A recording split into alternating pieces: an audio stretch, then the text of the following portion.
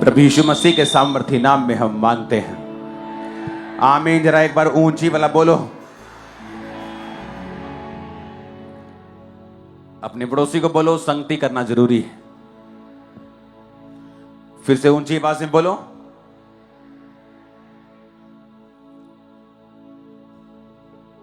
फिर से बोलो अपने पड़ोसी को, बोलो जीवित चर्च की संगति करना जरूरी है। आमीन। अपनी आंखों को बंद करके अपने हाथों को उठाकर अपने आप से अंगीकार करो कि मैं जो कोई भी वचन सुना करूंगा उसको इग्नोर नहीं करूंगा, ताकि समय आने पर, इमरजेंसी आने पर परमेश्वर भी मुझे इग्नोर ना करे। मांगो अपने हाथों को उठा के।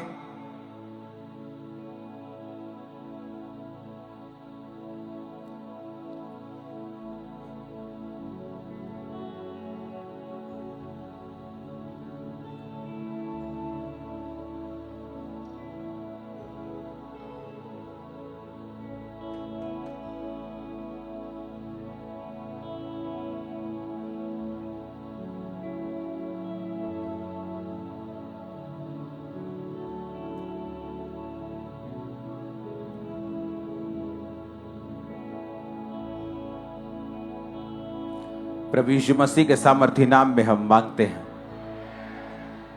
आपने ये बहुत सी टेस्टिमनीज में देखा होगा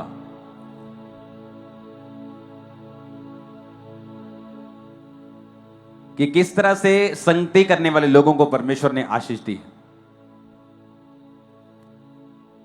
मैंने हमेशा अपनी लाइफ में यह बात नोटिस की है कि शैतान हमेशा इस बात का पूरा जोर और योजना बनाता है कि किसी ना किसी रीति के साथ आपको संगति से, जीवित संगति से दूर किया जाए।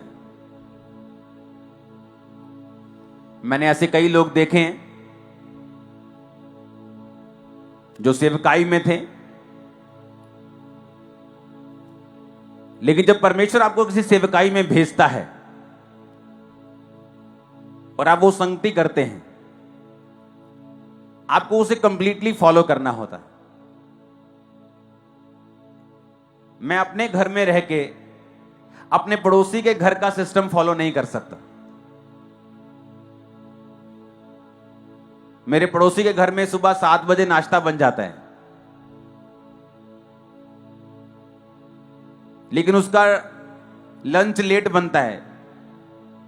लेकिन मेरे घर में मान लो नाश्ता अगर 9 बजे बन जाता है तो लंच 1 बजे बन जाता है, तो उसका लंच लेट है, मेरा नाश्ता लेट है। कितने मेरी बात को समझ रहे हैं? लेकिन हर एक सिस्टम अलग है, सेवकाई का वचन एक ही है। तो लोग जब उसे फॉलो नहीं कर पाते, आज एक अजीब सा केस मैं सुबह देख रहा था कि जब व्यभिचार के कारण या और रीति के कारण उनको सेवकाई से जब निकाला जाता है और उनकी फैमिलीज उन्हीं का साथ देती हैं, ये कह के कि हमारा बच्चा जो है बहुत सही है। और आज जब मैं उनको देखता हूं, उन भटके हुए लोगों को,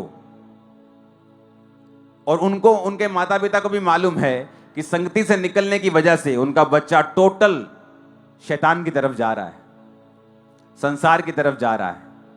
पूरी रीति के साथ संसारिक नहीं हुआ, क्योंकि अभी वो गर्मी से निकला है। धीरे धीरे जब कोयला निकाला जाता है अंगीठी से, तो वो कोयला गर्म ही होता है, लेकिन संगति ना होने की वजह से वो धीरे धीरे ठंडा होता है और एक दिन पूरा ठंडा हो जाता है।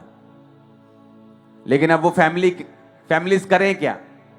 अब चर्च में आने से शर्म आती है, फिर क्योंकि 100 बातें बोल के गए थे, अब अंदर से मालूम हो चुका है कि नहीं वही जगह सही है, लेकिन हम आने में बेइज्जती महसूस होती है, क्योंकि मैं अंदर, और उस मैं की वजह से वो अपने बच्चों को खत्म कर लेंगे फ्यूचर में, क्योंकि उनके बच्चे टोटल नरक की ओर जा रहे हैं। संगति इतनी इंपॉर्टेंट है जितनी आप समझ भी नहीं सकते। अगर मैं यहां हूं तो संगति की वजह से हूं। परमेश्वर ने 2004 और 5 में ये मेक श्योर किया कि मैं रोज संगति करूं क्रिश्चियन लोगों के साथ। अगर मैं रोज संगति ना करता और परमेश्वर को इतनी गहराई से ना समझता, मैं कभी भी सेवा में नहीं आ पाता। आपके पास दो मौके होते हैं, आप थर्सडे संडे आप संगति कर सकते हैं। बाइबल वचन कहता है कि प्रेरितों के काम में कि वो तो रोज संगति करते थे, रोज इकट्ठा होते थे। आप इंटरनेट के जरिए से, प्रेयर माउंटेन के जरिए से थर्सडे संडे आप इकट्ठा हो सकते हैं। हालेलुया। अपने पड़ोसी को बोलो, जैसी संगति वैसी रंगती। ये कहावत मशहूर है और सही भी है। हालेलुया।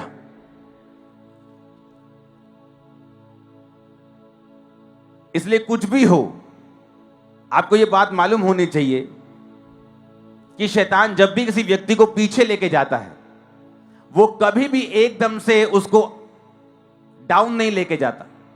वो धीरे धीरे स्टेप्स लेता है। उसे पता है कि इसकी आशीष की वजह ये संगति है। संगति में तो है तो गर्म है। लोग परफेक्ट संगति ढूंढते हैं कि हमें परफेक्ट चर्च चाहिए, परफेक्ट चर्च चाहिए जहां परफेक्ट, सब कुछ परफेक्ट हो। जिस दिन आप चर्च में आए थे उस दिन परफेक्शन खत्म हो गई थी।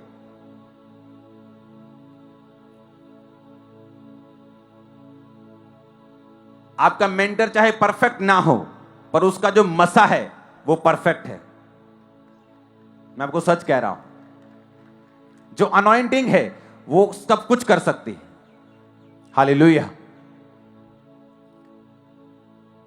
अब आपको यह समझ होनी चाहिए कि शैतान हर वो चीज, हर वो यंत्र, हर वो योजना बनाएगा कि सबसे पहले आपको जीवित संगति से दूर किया जाए, क्योंकि उसके बाद आपके माइंड को, आपकी लाइफ को एक्सपोज करना, उसमें एंटर करना, उसमें दखल देना उसके लिए आसान है, क्योंकि संगति में वो काम नहीं कर पाता।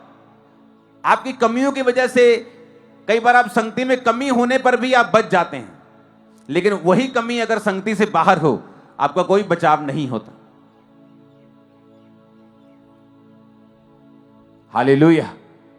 आप देशों की हिस्ट्री पढ़ें, जिन देशों ने परमेश्वर की संगति की है, हर एक गली गली में चर्च बनाया था, लोग संगति करते थे। धीरे धीरे क्या हुआ, स्पिरिचुअलिटी से ह्यूमैनिटी में आ गए। ह्यूमैनिटी।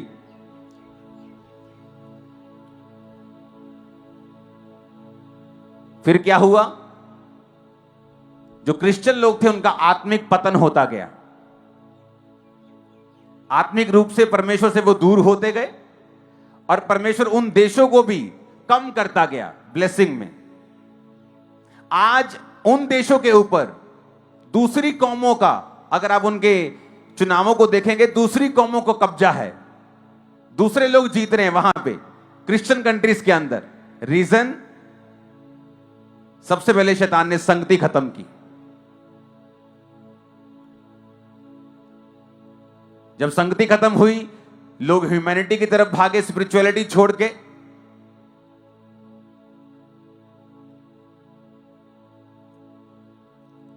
फॉरेन कंट्री में, मैं जब अमेरिका में एक पार्क में था, आई थिंक अमेरिका में था शायद, हां अभी पीछे हम अमेरिका में थे, कहां थे, जहां वो सब ढोल बजा के हिंदू हमारे भाई प्रचार कर रहे थे।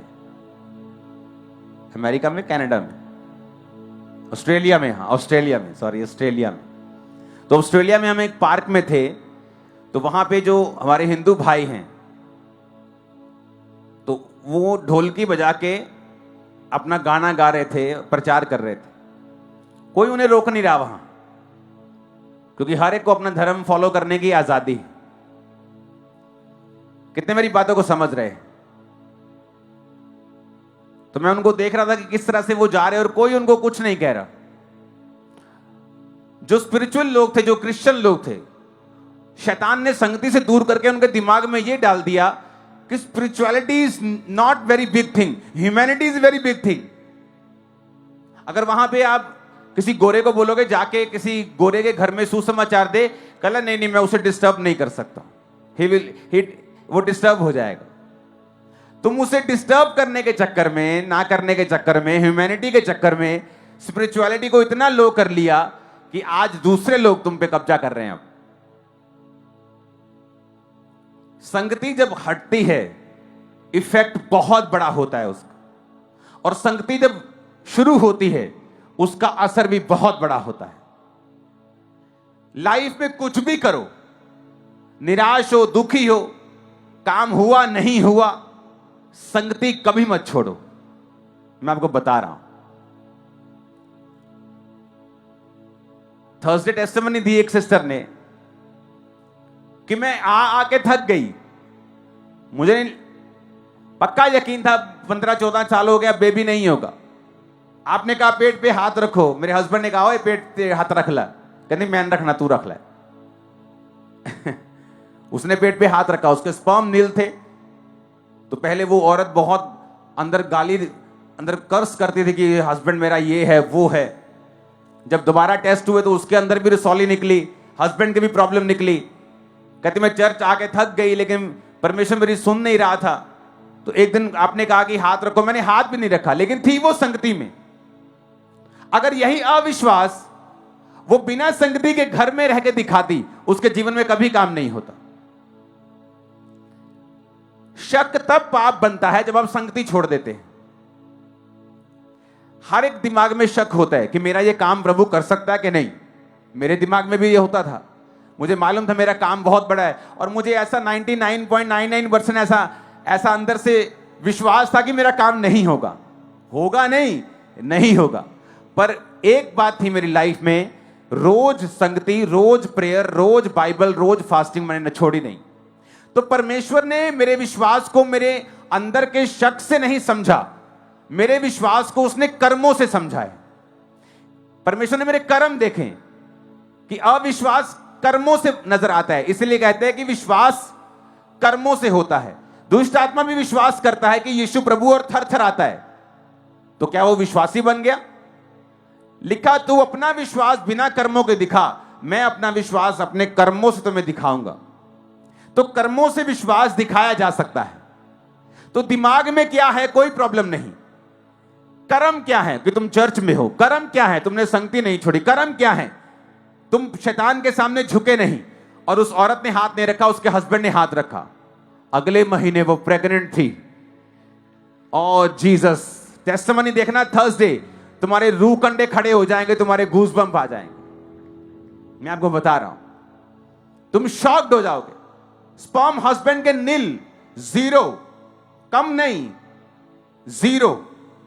रसौली वाइफ के 14 साल, 1 घंटे की प्रेगनेंसी नहीं, लेकिन संगति नहीं छोड़ी। शैतान ये कोशिश करता है कि अगर आपकी हीलिंग रोकनी पड़े उसे, अगर उसे मालूम हो जाएगी अगर आपकी हीलिंग रुकती है तो आप संगति छोड़ सकते हैं, वो मेक श्योर करेगा कि आपकी हीलिंग ना हो।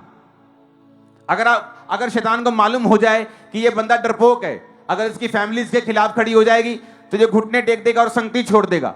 वो मेक श्योर करेगा आपकी फैमिली आपके खिलाफ खड़ी हो और आपकी संगति रुक जाए। हालेलुया। इसलिए कहते हैं संगति अगर आप करते रहेंगे आपकी लाइफ कभी भी सेम नहीं रहेगी। दिमाग में क्या चल रहा है कोई मायने नहीं रखता। संगति करते रहो, प्रार्थना करते रहो, लाइफ सेम नहीं होगी। और खुदावंद काम करेगा, अपने समय से करेगा, 100% करेगा। आमीन। टेंटों के ऊपर जाना चाहिए। Hallelujah, hallelujah. मैंने देखा है बहुत सारे लोग जब संगति से निकलते हैं बुड़बुड़ कर जाते हैं, और बाद में जब परमेश्वर डंडा उठाता है और घर में गड़बड़ी शुरू होती है और शैतान काम करने लगता है, अब उसी संगति में आने में वो शर्माते हैं। उनको लगता है बेइज्जती होगी कि 4 लोगों के सामने मैं कुछ और बोल के गया था, लेकिन मुझे मालूम नहीं था परमेश्वर चाहता है मैं वहीं जाऊं, पर किस मुंह से जाऊं। बाइबल कहती है, ये वचन मैंने थर्सडे सुनाया था, आप थर्सडे पहला पार्ट सुनेंगे। दूसरा पार्ट में शुरू करूंगा सारपत की विधवा से, जहां एलिया गया। और वचन कहता है कि उस विधवा के पास जब वो पहुंचा तो उसने कहा 10 आयत में, वे वहां से चल दिया और सारपत को गया और नगर के फाटक के पास पहुंचकर क्या देखा कि एक विधवा लकड़ी बीन रही है, और उसको बुलाकर कहा किसी पात्र में मेरे पीने को थोड़ा पानी ले आ। वो लेने जा रही थी, उसने कहा अपने हाथ में एक टुकड़ा रोटी भी लेके आती रहना। उसने कहा तेरे प्रभु की शपथ मेरे पास एक भी रोटी नहीं, केवल घड़े में मुट्ठी भर मैदा और कुप्पी में थोड़ा सा तेल है, और मैं लकड़ी बीन कर लिए जाती हूं कि अपने और बेटे के लिए मैं उसे पकाऊं और उस रोटी को हम खाएं और उसके बाद फिर हम मर जाएं। एक नबी जिसने राजा के सामने कहा, मेरे कहे बिना ना बारिश आएगी ना ओस पड़ेगी, क्योंकि बाइबल कहती है वो प्रभु के सामने उपस्थित रहता था। संगति, फिर से बोलो संगति। क्या एलिया का बैकग्राउंड था? तिशबी एलिया। कोई मां नहीं बताया, बाप नहीं बताया, कहां से आया, क्या काम करता था, क्या बिजनेस करता था, कुछ नहीं बताया। लेकिन सिर्फ यह लिखा कि प्रभु के सामने कहता मैं उपस्थित रहता हूं। अगर आप संगति करें और प्रभु के सामने उपस्थित रहें, प्रेयर करें, संगति करें, तो वचन यह कहता है आपके बैकग्राउंड कोई भी हो, आप किसी जाति से हो, छोटे से हो, बड़े कुल से हो, काले हो, नाटे हो, छोटे हो, कोई फर्क नहीं पड़ता। आप राजाओं के सामने जाओगे, बड़े लोगों के सामने खड़े किए जाओगे, बड़े बड़े काम करोगे। आमीन, मेरे को ऊंचे वाला चाहिए। लेकिन संगति, फिर से ऊंची आवाज में बोलो। इसका सीक्रेट था संगति। बैकग्राउंड मायने नहीं करती, गरीबी मायने नहीं करती, पीछे क्या हुआ मायने नहीं करता। कहता अब जिसके सामने, प्रभु के सामने मैं उपस्थित रहता हूं, अब उसकी शपथ मेरे कहे बिना, पूरी जिम्मेवारी अपने पे ली। दलेरी थी उसकी लाइफ में, डर नहीं था, कारण था संगति। हालेलुया। अब यहां पे एलिया कहता है कि मेरे लिए रोटी ले आ, और वो क्या कहती है? वो कहती है कि मेरे पास रोटी नहीं है। एलिया कहता मत डर, इस बात के अनुसार जाके कर, मेरे लिए रोटी बना के लेके आ और उसके बाद अपने बेटे के लिए बनाना, क्योंकि इज़राइल का परमेश्वर यहोवा यूं कहता है कि जब तक यहोवा भूमि पर मेघ ना बरसाएगा, ना घड़े का मैदा समाप्त होगा, ना कुप्पी का तेल। अगर आप प्रभु की महिमा देखना चाहते हो तो आपको अपनी मैं को साइड पे रखना होगा। यहां पे एलिया बोल सकता है प्रभु से कि प्रभु मैं इतना बड़ा नबी हूं, मेरे द्वारा तूने आकाश बंद करके रखा है, पूरा देश सफर कर रहा है, बारिश नहीं आ रही, मैं इतना बड़ा नबी हूं कि मुझे कौवों ने अभी खाना खिलाया, लेकिन मैं एक औरत से कैसे रोटी मांग सकता हूं? औरत क्या बोलेगी? लेकिन परमेश्वर के लोगों, अगर तुम चाहते हो कि खुदाबंद तुम्हारी जिंदगी में काम करे और तुम्हारे द्वारा दूसरों की लाइफ में काम करे, तुम्हें अपनी मैं को त्यागना होगा।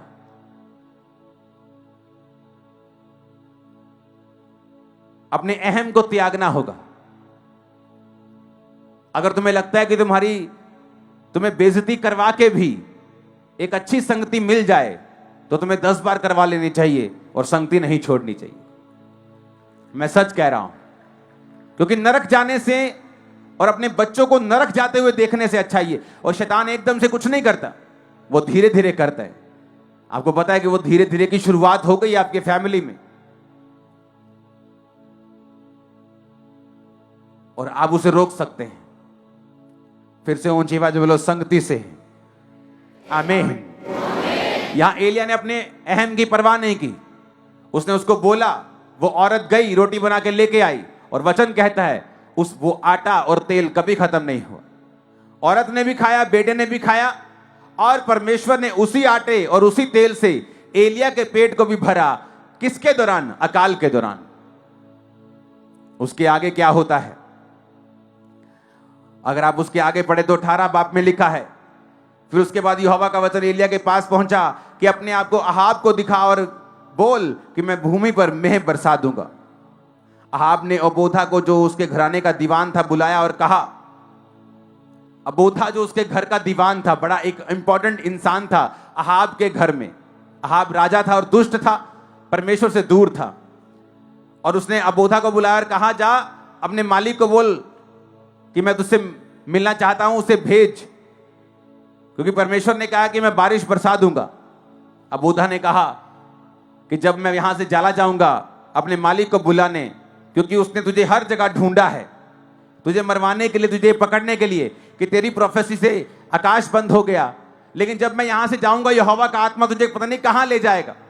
तो जब मैं तुझे ढूंढने के लिए अपने मालिक के साथ वापस आऊंगा तो नहीं होगा, तो मैं मारा जाऊंगा। फिर उसने बता क्या कहा? कहता मैं वही अबोधा हूं।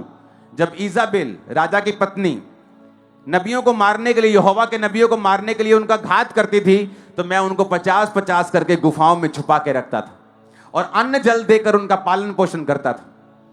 मैं आपको ये बात बताना चाहता हूं, ये एक प्रोफेटिक मैसेज है कि कोई भी जितना मर्जी आप पे परसिक्यूट आपको कर ले, सता ले, वो सरकारें कैसी भी हों, लेकिन एक बात याद रखना, बहुत से अबोधा अभी भी हमारे साथ हैं और आपके साथ हैं, और परमेश्वर हमेशा अबोधाओं को रखता है।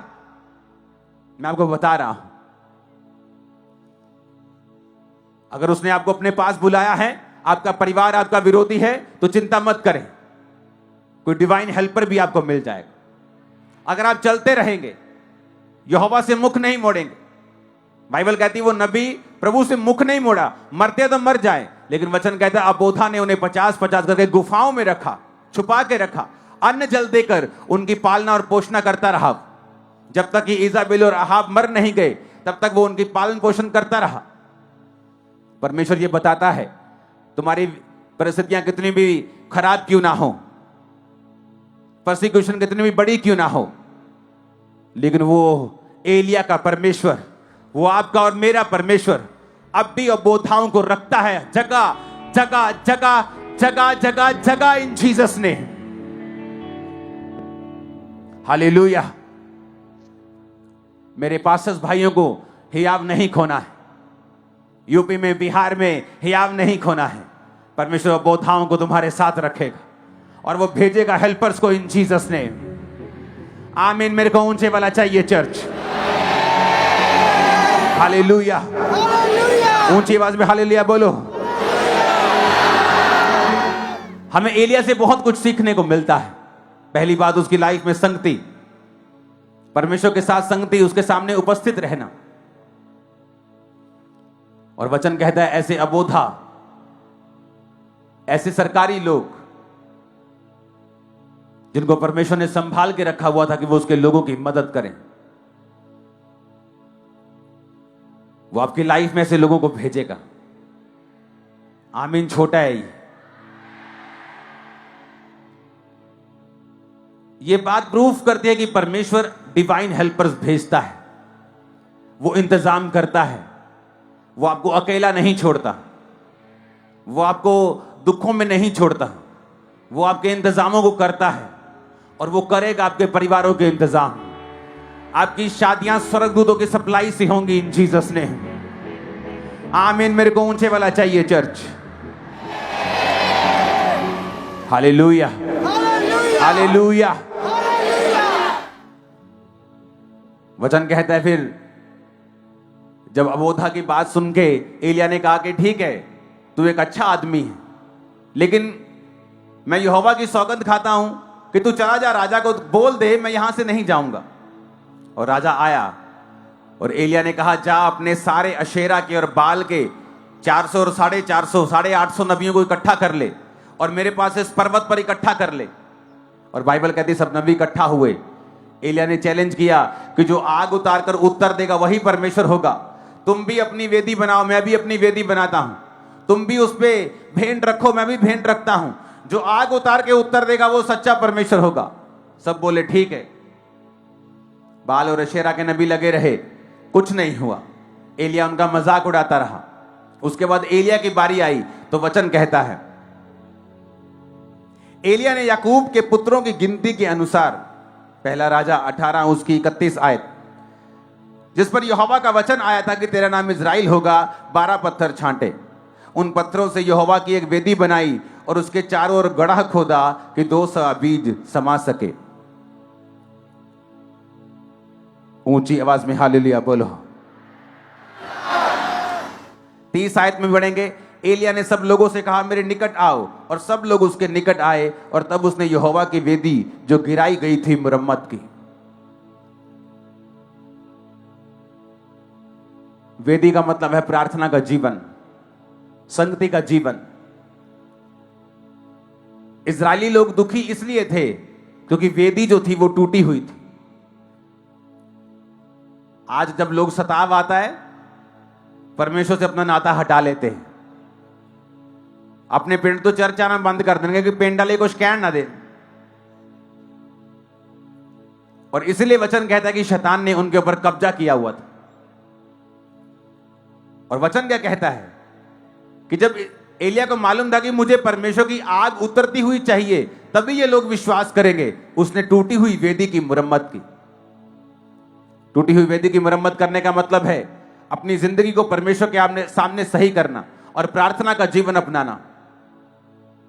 और वचन कहता है फिर उसने भेंट रखी, बछड़े को रखा, पानी दिया यानी बैप्टिज्म दिया, और उसके बाद उसने प्रार्थना की। 36 आयत में लिखा, फिर भेंट चढ़ाने के समय एलिया नबी समीप जाकर कहने लगा, हे अब्राहम, इसहाक, इजराइल के परमेश्वर यहोवा, आज ये प्रकट कर कि इजराइल में तू ही परमेश्वर है और मैं तेरा दास हूं और मैंने ये सब काम तुझसे वचन पाके किए हैं। बड़े समझने वाली ये बात है। एलिया कहता, हे परमेश्वर, आज ये प्रकट कर कि इजराइल में तू परमेश्वर है और मैं तेरा दास हूं। मैं तेरा क्या हूं और मैंने ये काम तुझसे वचन पाके किए हैं। और वचन कहता है आग नहीं उतरी जब तक उसने ये प्रेयर की, क्योंकि इस प्रेयर में 2 बार उसने अपना नाम लिया और 1 बार उसने परमेश्वर का नाम लिया। यूएसए का वीजा चाहते हो, मेरी चर्च में आ जाओ, लग जाएगा। यह साबित करता है कि तुम्हारी चर्च में आग नहीं है, वो फेक आग है जो तुम दिखा रहे हो। जब इसने कहा कि प्रभु प्रकट कर कि मैं तेरा दास हूं, मैंने ये काम तेरा नाम लेके किए हैं, आग नहीं उतरी। एलिया को अपनी गलती समझ आई कि मेरी प्रेयर में, मेरे वचन में मैं ज्यादा हूं और प्रभु कम है। उसने अगली लाइन बोली, हे यहोवा मेरी सुन। उसे मालूम था अंदर से कि कोई गड़बड़ है। फिर दूसरी आयत में कहता है, मेरी सुन कि लोग जान ले यहोवा तू ही परमेश्वर है और तू ही उनका मन लौटा ले आता है। और वचन कहता है तब यहोवा की आग आकाश से प्रकट हुई। हालेलुया। एलिया को भी गलती समझ आई कि मैं कुछ नहीं हूं, मैं जस्ट एक इंस्ट्रूमेंट हूं। अब माइक बोले मैं सब कुछ मैं ही हूं, मैं नहीं हूंगा तो लोग वचन नहीं सुनेंगे। माइक कुछ नहीं है, मैं बोल रहा हूं। कितने मेरी बात को समझ रहे हैं? उसी तरह से हम परमेश्वर के हाथों में एक माइक है। सिर्फ माइक नहीं कह सकता कि मेरी वजह से लोग सुन रहे हैं। माइक सिर्फ एक इंस्ट्रूमेंट है जिसने अपने आप को यूज करने के लिए अपनी मर्जी से अपने मालिक के हाथ में दिया हुआ है। हालेलुया। और जब आग नहीं उतरी पहली प्रार्थना के बाद, ये बरकत चाहिए, मेरी चर्च में आ जाओ। एलिया कहता, प्रभु जान ले लोग मैं ही तेरा दास हूं, जान ले मैंने ये काम तेरा वचन पाके किए हैं। कोई आग नहीं उतरी। जब एलिया देख रहा था कि कोई आग नहीं उतरी, उसने फिर प्रार्थना की, हे यहोवा मेरी सुन, तू बता इनको कि तू ही परमेश्वर है और तू ही इनका मन लौटा ले आता है, कि तू सब कुछ तू ही तू है। लिखा आग उतरी। आज आग उतरेगी आपकी लाइफ के अंदर। किन लोगों की लाइफ में आग है? जिन लोगों ने संगतियों को नहीं छोड़ा है, जिन लोगों ने परमेश्वर के वचन को नहीं छोड़ा है, जिन्होंने अपनी मैं को नहीं देखा है। मैं जानता हूं अपने स्पिरिचुअल फादर के पास जब मैं जाता था तो 10 दिन में से 7 दिन तो मेरी क्लास लगती थी, क्योंकि यहां से मैं जाता था कि बड़ा पास्टर, सब लोग मेरे पीछे आगे, लेकिन वहां माहौल चेंज होता था। हालेलुया। तो परमेश्वर ने मुझे सिखाया हम्बल रह के किस तरह से बरकतों को लेना है। कोई एक तो हो जो तुम्हारी बेइज्जती कर सके, कोई एक तो हो जो तुम्हें सिखा सके, कोई एक ऐसा तो हो जो तुम्हें मार सके, डांट सके, तुम्हें सीधा कर सके। कितने मेरी बातों को समझ रहे हैं? जिसने बाप की डांट को नहीं खाया है, लोगों ने उन्हें लताड़ा है। जिसने बाप की डांट खाई है, वो लोगों में हीरो बना है। मैं सच कह रहा हूं। हालेलुया। बाइबल कहती है, धर्मी मुझे मारे तो मेरे सिर का तेल ठहरेगा।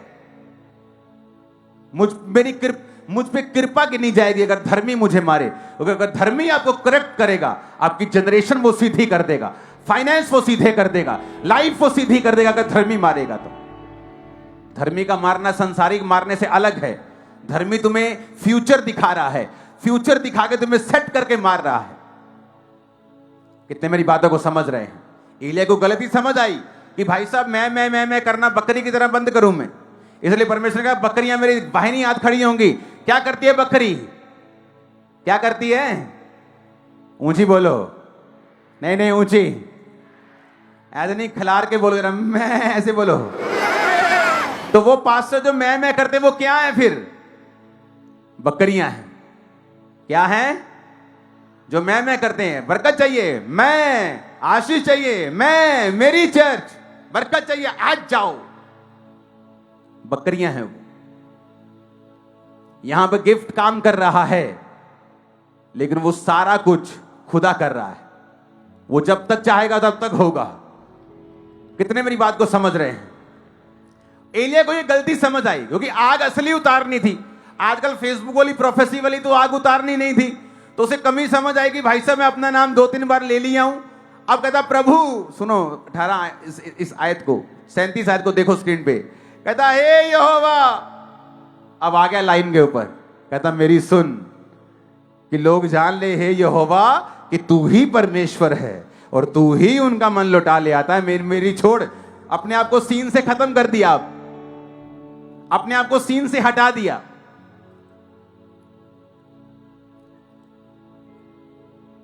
नाइजीरिया में आप जिस भी चौराहे, नगर, घर, मोहल्ले, शहर, गांव में खड़े होकर ऐसे घूमेंगे, ऐसे घूमो, ऐसे आंखें बंद करके, जिधर को मुंह निकले आंखें खोल लो, उधर को 5 मिनट निकल जाओ, आपको एक चर्च मिलेगी, आरसीसीजी चर्च। जिधर भी मुंह कर लोगे 5 मिनट पे चर्च मिलेगी। उस पास्टर को परमेश्वर ने कहा बेटे अपना नाम लिख धरती के ऊपर। उसने शांति मतलब आज तक वधिया वचन मिलूगा बरा कि मैं तेरे नानू होर बड़ा करन जा रहा। नाम लिखा उसने। अब परमेश्वर ने कहा मिटा दे। अब उसने मिटा दिया। परमेश्वर ने कहा अगर तूने मेरी महिमा ली, मैं तेरे नाम को इसी तरह धरती पर से मिटा दूंगा। सेवकाई जिन लोगों को लगता है कि जो चल रहा है आजकल, फ्यूचर में आपको नहीं दिखेगा। मैं आपको बता रहा हूं, फ्यूचर में वो लोग नहीं होंगे जो इस तरह से कर रहे हैं। परमेश्वर ने कहा नाम लिख, नाम लिखा। परमेश्वर ने कहा मिटा दे, उसने डस्टर से मिटा दिया। परमेश्वर ने कहा अगर तूने मेरी महिमा खुद ली तो मैं तेरे नाम को मिटा दूंगा। एलिया ने क्या किया? अपनी मैं को त्यागा, पहले औरत के सामने, फिर प्रभु के सामने। और वचन कहता है आग उतरी। जब आप मैं को त्याग देंगे आग उतरती है। सेल्फ को त्याग देंगे आग उतरती है। क्रूस को उठा लेंगे आग उतरती है। और वो आग वो आजाद करती है उन बंधनों से जो सालों से आपके परिवार को घेरे हुए हैं। उस डेथ स्पिरिट से वो आपको आजाद करती है, बीमारियों से आजाद करती है। आमीन ऊंचे वाला चाहिए चर्च। Hallelujah, hallelujah. और वचन कहता है जब आग उतरी तो लोगों ने बाल के और अशेरा के सब नबियों को पकड़ के मार डाला।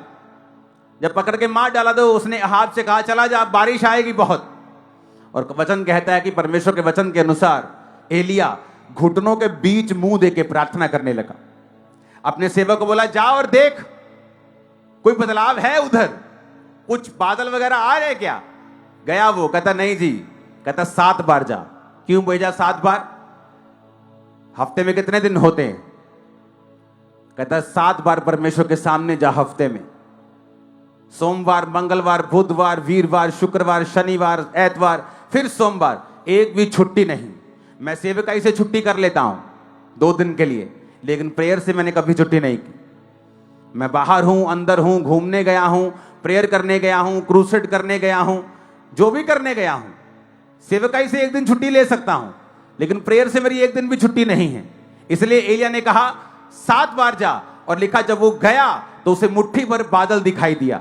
जब आप प्रेयर नहीं छोड़ते हैं एक चेंज आपकी लाइफ में आता है। और वचन कहता है वो मुट्ठी भर बादल जल्दी बादलों में, बड़ी गहराई में, गहरे बादलों में बदल गया। जब आप प्रार्थना नहीं छोड़ेंगे, एक नई बारिश आपका इंतजार कर रही है इसी साल इन जीसस ने। नहीं, मेरे को 7 बार आमीन चाहिए।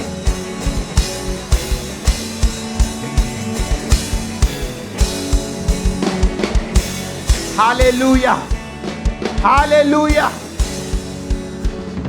कहता 7 बार जा। वचन पढ़ेंगे। अहाब जब खाने पीने चला गया, 42 आयत में, एलिया करमेल की चोटी पर चढ़ गया, भूमि पर गिरकर अपना मुंह घुटनों के बीच किया, अपने सेवक से कहा चढ़कर समुद्र की ओर दृष्टि करके देख। तब उसने चढ़कर देखा और लौट कर कहा कुछ नहीं दिखता। एलिया ने कहा 7 बार जा।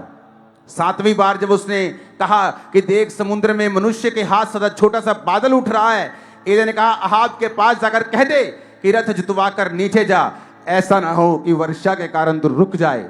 थोड़ी देर में आकाश वायु से उड़ाई हुई घटाओं और आंधी से काला हो गया और भारी वर्षा होने लगी और अहाब सवार होकर यिज्रेल को चला। 7 बार जब वो गया, क्यों कहा एलिया ने? 5 बार क्यों नहीं कहा? एलिया ने इंतजार करने को क्यों नहीं कहा कि इंतजार कर, 1 घंटा मुझे प्रार्थना करने दे? कहता 7 बार जा। इस एलिया की स्टडी को जब हम बाइबल कॉलेज में करवाते हैं, इसका एक मकसद होता है। जिन जिन लोगों ने खुदा से बात की है और जिन जिन लोगों ने खुदा से बात रिसीव की है और पॉजिटिव बात रिसीव की है और असाइनमेंट रिसीव की है, हम उनके जीवनी को बाइबल कॉलेज में बड़े डिटेल से पढ़ते हैं। और बाइबल क्या कहती है कि यहां पर उसने कहा 7 बार जा, जिसका मतलब है कि तुम्हें 7 बार, रोज सोमवार, मंगलवार। लेकिन जब वो 7वीं बार गया, जब उसने छोड़ा नहीं जाना, खटखटाना छोड़ा नहीं, काम छोड़ा नहीं तो वो सेवक डिस्करेज हो सकता था कि यार क्या धूप इतनी है, क्या 7 बार जाओ ऊपर, फिर 7 बार, ये क्या यार, क्या असाइनमेंट दी है मुझे, क्या थकाने वाला काम दिया फालतू का। लेकिन वचन कहता है जब वो 7वीं बार गया तो मुट्ठी भर बादल वहां पे था और थोड़ी देर में वो बादल घटाओं में बदल गया। आप प्रेयर करेंगे, आपको चिन्ह दिखाई देगा और वो चिन्ह जल्दी एक बड़ी गवाही में बदल जाएगा। मैं आपको बता रहा हूं, मेरी लाइफ में ऐसा हुआ, मैंने देखा है, चिन्हों को आता हुआ देखा है और उसके बाद अपनी लाइफ को चेंज होते हुए देखा है। और उस चिन्ह को, छोटे से बादल को एक बड़े घटाओं में बदलते हुए भी मैंने देखा है। हालेलुया, ऊंची आवाज में हालेलुया बोलो। फिर से बोले पड़ोसी को संगति कर, प्रार्थना कर, तेरी लाइफ सेम नहीं रहेगी। अपना क्रूस उठा, अपनी इज्जत की परवाह मत कर, अपनी इच्छा की परवाह मत कर, संगति कर, तेरी जिंदगी सेम नहीं रहेगी। आमीन बोलो ऊंची आवाज में जरा। हालेलुया, ऊंची आवाज में हालेलुया बोलो। फिर से ऊंची आवाज में हालेलुया बोलो। आप इन बातों को समझ रहे कि नहीं? लाइफ सेम नहीं होगी। अगर हम ध्यान से वचनों को पढ़ लें और सीख लें, जिंदगी सेम नहीं होगी। आमीन। अपने हाथों को उठाओ। आपको एक वायदा करना है, तौबा करके रोज प्रेयर, उसकी संगति में जाने का, और कलीसियाई की जो संगति है कलीसियाओं की, उसे ना छोड़ने का। जो कलीसियाई संगति है, जो चर्च की संगति है, वो आपको सुरक्षित रखती है। और शैतान कोशिश करता है कि सबसे पहले ये ब्रेक हो, क्योंकि उसे मालूम है उसका अटैक वहीं से शुरू होगा। अपने हाथों को उठा लो, थैंक यू जीसस बोलते हुए।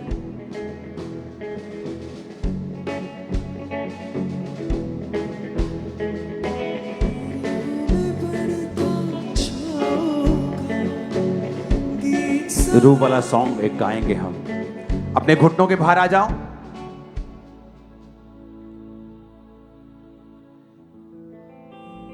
अपने ऑयल को निकालो। सुनो, ये थर्सडे से स्पेशल बाइबल टीचिंग चर्च में शुरू होगी और डिलीवरेंस प्रेयर होगी। और थर्सडे और संडे, थर्सडे और संडे, थर्सडे और संडे, कुछ थर्सडे संडे लगातार चलेगी। कोई भी थर्सडे संडे मिस ना करे। अपने हाथों को उठाओ, ऑयल को निकालो। जब मैं बोलूंगा आपको आज अपनी बॉडी, अपने माथे को खासकर मसा करना है। क्रूस को बनाओ माथे पे और मसा करना है। और मेरा बिलीव है आज इस अनॉइंटिंग को लेने के बाद आप प्रभु में बहुत तेज भागेंगे, चलेंगे नहीं। और जैसे ही आपकी स्पिरिचुअल लाइफ स्ट्रांग होती है, वो आंखों को खोलता है और रास्तों को दिखाता है जो पहले नहीं दिखता, अब दिखेगा इन जीसस नेम।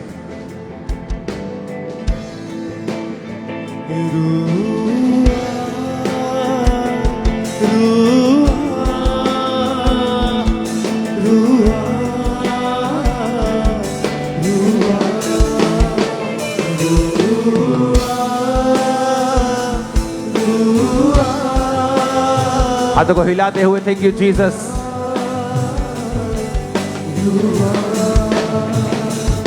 मेरी सोचों में, मेरे ख्यालों में, मेरी सोचों में, मेरे ख्यालों में तू आ।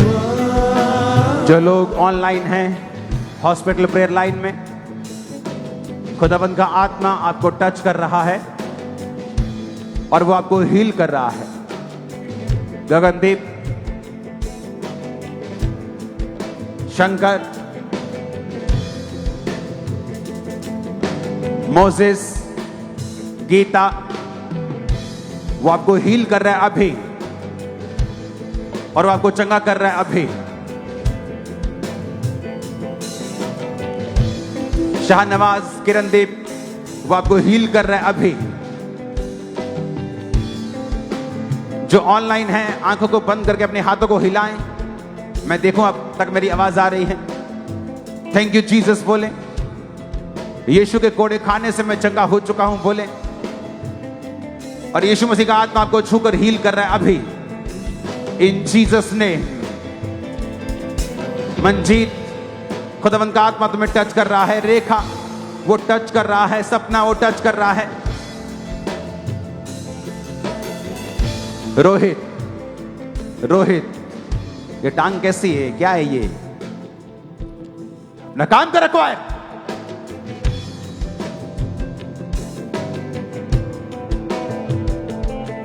ये टांग क्या है? ये पूरी दिखाओ, पूरा दिखाओ पीछे से। बस बस बस बस बस बस।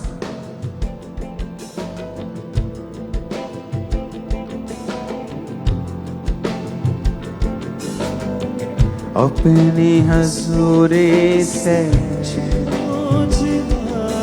तुम चंगे हो चुके हो। रोहित कुमार, तुम इसी टांग की गवाही देने आ रहे हो जल्दी। रश्मि देवी, मैं देख रहा हूं शायद ये आवाज सुन नहीं पा रही या बेहोश है या कोमा में क्या है, लेकिन परमेश्वर का आत्मा में तुम्हें छूते हुए देख रहा हूं। इन जीसस नेम बी हील्ड। और यीशु के नाम में गवाही के साथ वापिस आओ। आमीन। ऊंचाई बरकत तुम्हारी। एक एक जन को मैं छूता हूं। खुदाबंद अलीशा, माहर, एक एक जन तेरे नाम में चंगा हो। खुदाबंद गगनदीप, तुम हील हो रहे हो और जल्दी गवाही के साथ आ रहे हो। राणा, तुम हील हो रहे हो, गवाही के साथ आ रहे हो। आमीन। ऊंचाई, ये आशीष हमारी है। ये ऑयल अपने माथे पे लगाओ, सिरों पे उंडेल लो और मैं आपके लिए प्रोफेसी करता हूं।